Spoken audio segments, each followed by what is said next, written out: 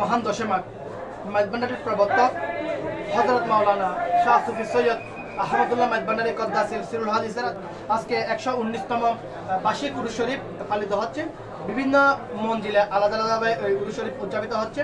দেশের বিভিন্ন প্রান্ত হতে লক্ষ লক্ষ মানুষজন এখানে জমায়েত হইতে শুরু করেছে। আমরা জানি আপনাদের এই মঞ্জিলে বিগত 10 দিন যাবৎ বিভিন্ন কর্মসূচির মাধ্যমে আজকে শেষ কর্মদিবসে উরুস শরীফ পালিত হচ্ছে।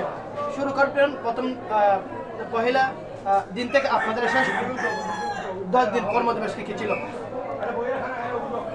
ওয়ালাইকুম আসসালাম ওয়া রাহমাতুল্লাহি ওয়া বারাকাতুহু। বিসমিল্লাহির রহমানির রহিম। আশাকানে গৌসুল আজম মাইজভান্ডারি ও ব্রাদারানি তরিকত আমাদের এই মহান 10 মাঘ উরুস শরীফ উপলক্ষে আঞ্জুমানে মুত্তামিনে গৌসে মাইজভান্ডারি শাহ আমদাদিয়া কেন্দ্রীয় কার্যকরী সংসদের পক্ষ থেকে 10 দিনের কর্মসূচি ঘোষণা করা হয়েছে।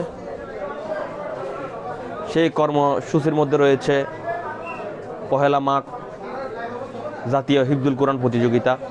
ওই হিফজুল কোরআন প্রতিযোগিতার মধ্যে আপনার স্বর্ণ, রৌপ্য এবং ক্যাশ হাদিয়া সহ বিভিন্ন রকম পুরস্কার ছিল। এবং দোসরা মাঘ দ্বিতীয় 16 জানুয়ারি দারুল ইরফান শিক্ষা পরিবার সমাবেশ, যারা বৃত্তিপ্রাপ্ত হয়েছে ওদেরকে পুরস্কার বিতরণ সহ সার্টিফিকেট প্রদান করা হয়েছে। এবং ফটিকছড়ি উপজেলা কার্যকরী সংসদের পক্ষ থেকে রক্তদান কর্মসূচি, ওই কর্মসূচির মধ্যে রয়েছে 71 ব্যাগ ব্লাড দেওয়া হয়েছে আপনার রেড কিচেন সোসাইটিকে। এবং এরকম করে আপনার ফ্রি চিকিৎসা ক্যাম্প এবং খলিফায়ে গোসল আন্দোলনদের একটা সম্মেলন, বিশেষ করে একটা কর্জে হাসানা যেটা মানুষকে স্বনির্ভরতা হওয়ার জন্য সহায়ক, ওইরকম একটা উদ্যোগ নিয়েছেন আমাদের মুর্শিদে বরহক সাজ্জাদ নশিনে দরবারে গৌসুল আজম রাহনুমায়ে শরীয়ত পীরে তরিকত আলহাজ শাহ সুফি সৈয়দ আহমদুল্লাহ মাইজভান্ডারি, যারা স্বাবলম্বী হওয়ার জন্য 6টা নতুন সিএনজি, একটা কার, 15টা ল্যাপটপ এবং 10টা সিলাই মেশিন বিতরণ করা হয়েছে। এবং এরকম করে 10 দিনের কর্মসূচি 9 মাঘ গতকাল মাজারে গোসল শরীফ গিলাপ চড়ানো সহ আজকে আমাদের মুর্শিদে আজম সাজ্জাদ নশিনে দরবারে গৌসুল আজম রাহনুমায়ে শরীয়ত পীরে তরিকত আলহাজ শাহ সুফি সৈয়দ আহমদুল্লাহ মাইজভান্ডারি 12টা 1 মিনিটের সময় মোনাজাতের মধ্য দিয়েই এই মহান 10 মাঘের সমাপ্তি ঘটবে ইনশাআল্লাহ। আমরা দেখতে পাচ্ছি দেশের বিভিন্ন প্রান্ত হতে মানুষজন এখানে জমায়েত হতে শুরু করেছে। গত 2 দিন যাবত এখানে মানুষজন আসতেছে। দেশ সহ দেশের বাইরে আমরা জানি দুবাই, ওমান, কাতার, সৌদি আরব, মিশর, মালয়েশিয়া, আমাদের পার্শ্ববর্তী দেশ ইন্ডিয়া, পাকিস্তান, ভুটান, নেপাল থেকে মানুষজন আসা শুরু করছে। তাদের আপনাদের এখানে থাকা খাওয়ার ব্যবস্থা কি সুবিধা রয়েছে আপনাদের? আমাদের এখানে যে 10 দিন কর্মসূচি আছে, ওই কর্মসূচির মধ্যে আমাদের জেলা ভিত্তিক ভাগ করা হয়েছে। ওই জেলা ভিত্তিক ভাগের পরও কারণ মহান প্রধান দিবস হচ্ছে 10 মাঘ। ওই 10 মাঘে আপনার ওমান, চীন, কাতার, বাহরাইন, নানান দেশ থেকে আমাদের বক্তা মুরিদানরা এসে দরবারে জামায়াত করে। বিশেষ করে চীনে আমাদের নায়েবে সাজ্জাদ নশিন সৈয়দ ইরফানুল হক মাইজভান্ডারি মুরিদান রয়েছে, ইন্ডিয়াতে রয়েছে, ওমানে রয়েছে। ওনারা এসে এখানে থাকার সুব্যবস্থা আছে। এবং বিশেষ করে আমাদের এবার একজন গবেষক, যিনি কলকাতা বিশ্ববিদ্যালয়ের বাংলা বিভাগের প্রধান শেখ মকবুল ইসলাম স্যার আমাদের দরবারে অবস্থান করতেছেন।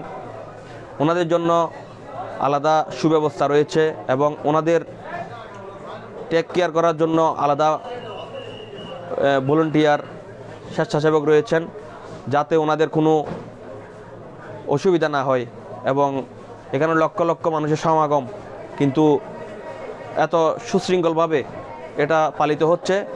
কোথাও কোনো বিশৃঙ্খলা কিংবা অন্য কোনো ঘটনার এখানে ঘটতেছে না ইনশাল্লাহ।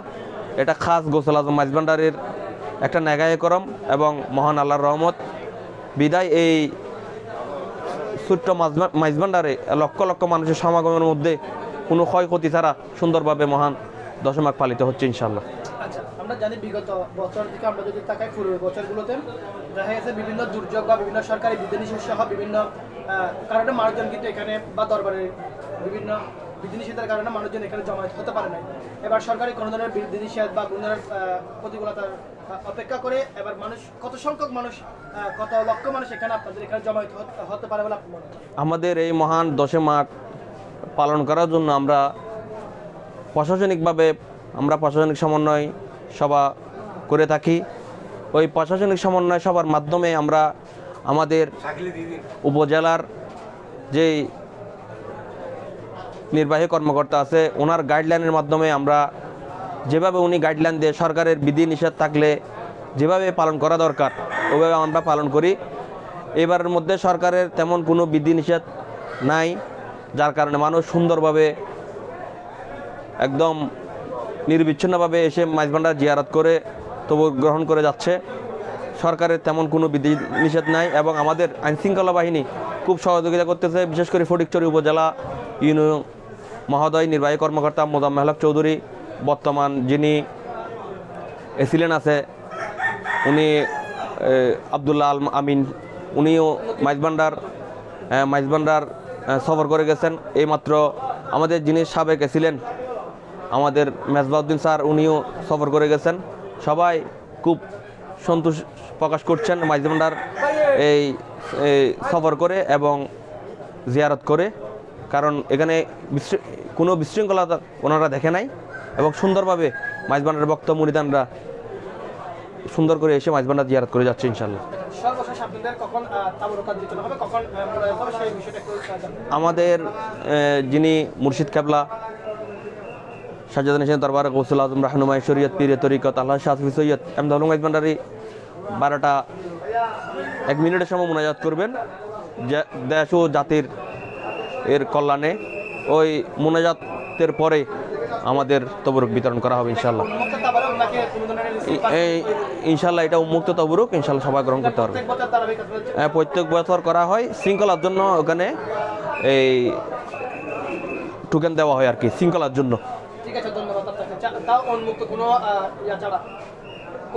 ইনশাল্লাহ সবাইকে ধন্যবাদ। আসসালামু আলাইকুম।